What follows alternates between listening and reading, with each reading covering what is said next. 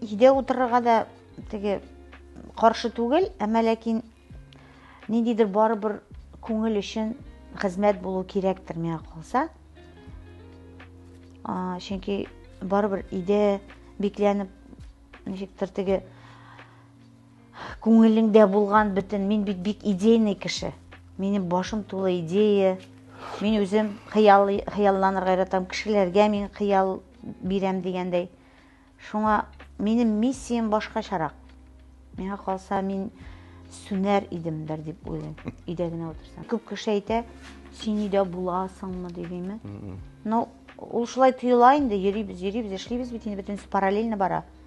Ләкин мин теге үземне тоже ничәдер процент гаиләмә багышлыймдыр дип әйтәсем килә.